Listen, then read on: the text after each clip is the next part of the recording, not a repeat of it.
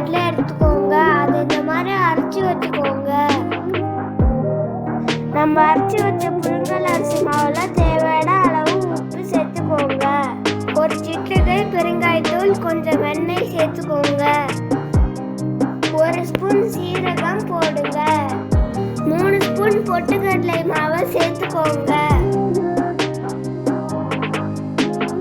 எல்லாத்தையும் நல்லா பிசைஞ்சுக்கோங்க.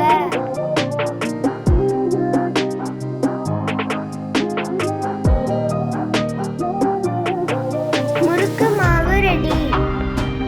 ஒரு கடாயில எண்ணெய் ஊற்றிக்கோங்க.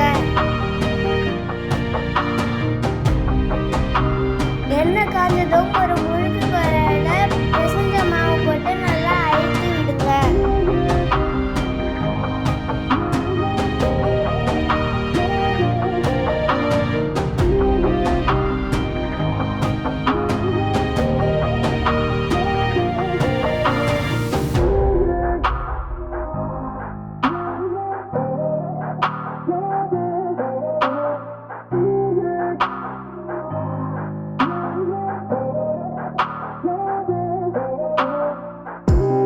இப்ப வேற அச்சு மாத்தி போடுங்க.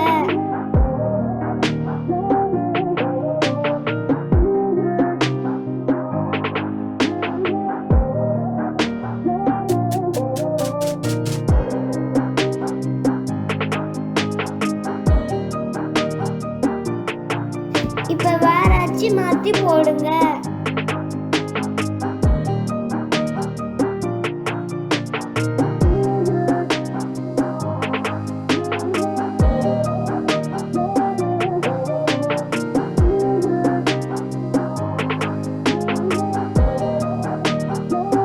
ரெண்டு பக்கமும் செவந்ததும் எடுத்துருங்க.